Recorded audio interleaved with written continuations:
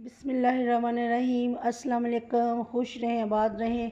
मेरे प्यारे प्यारे व्यूवर्स को मेरा प्यार भरा सलाम। आज हम रेसिपी में मैं आपको बताऊंगी ये सब्ज़ मिर्चों का हम किस तरह इन्हें स्टोर कर सकते हैं। ये गर्मी की वजह से एक दिन में भी ये सुरख होने लगती हैं, तो कोई भी चीज़ हमें वेस्ट नहीं करनी चाहिए।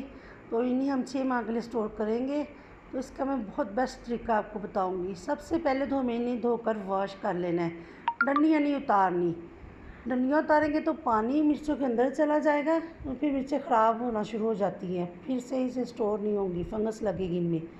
तो इसके लिए हमें धोकर वॉश करके अच्छे से इसे सुखा के फिर इसकी डंडियाँ धो लेनी उतारनी है।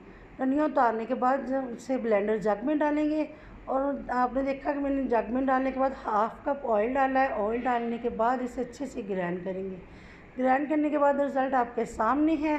किस तरह माशाल्लाह से कलर इसका कितना प्यारा आया है और मलाई की तरह ये बन गया पेस्ट हमारा। तो ये स्टोर करने का तरीका पसंद आया हो तो वीडियो मेरी फैमिली फ्रेंड में शेयर कीजिएगा। मेरे चैनल इजी फूड एसेस को सब्सक्राइब कीजिएगा।